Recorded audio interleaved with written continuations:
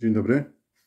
Pamiętacie, jak kiedyś pokazywałem Wam, według mnie, taki mały błąd konstrukcyjny w scyzorykach Victorinox, a mianowicie przy otworzeniu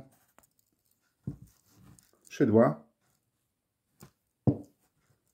chcąc go zamknąć, a kółeczko przesunie się nam na tą stronę, niestety nie mamy domkniętego szydła, przez to można sobie zrobić krzywdę tym czubkiem. Najprostszym rozwiązaniem dla tego problemu jest zmiana kółeczka. Zwykłe kółeczko jest takie duże, tak wygląda.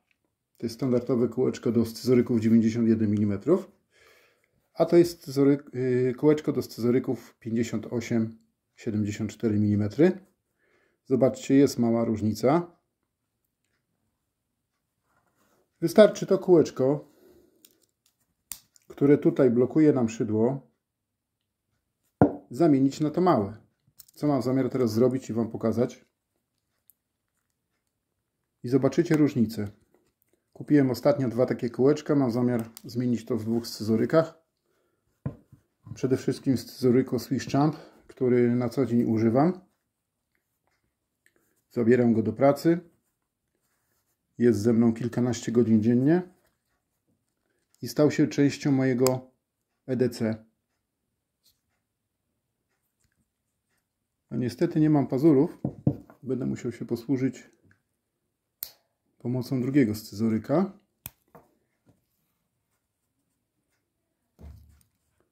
To są dosyć mocne druty, mocne sprężynki. I trzeba tutaj trochę siły, żeby to przewlec przez to kółeczko małe.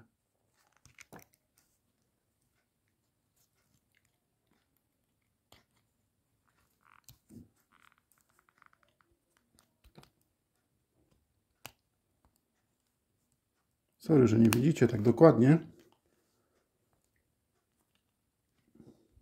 Wcale nie jest takie proste.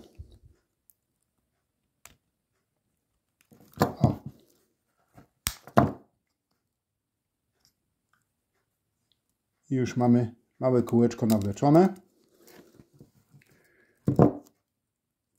Zobaczcie, może w porównaniu do dużego kółeczka jest różnica, prawda? No i teraz zobaczcie, myk jest taki, że otwieram szydło. Kółeczko przez przypadek wpada mi tutaj, na tą stronę. I zamykam szydło bez problemu, widzicie? Kółeczko w ogóle nie przeszkadza szydłu. Jest to takie najprostsze rozwiązanie, żeby sobie paluchów nie pokaleczyć przez ten czubek, który tutaj jest.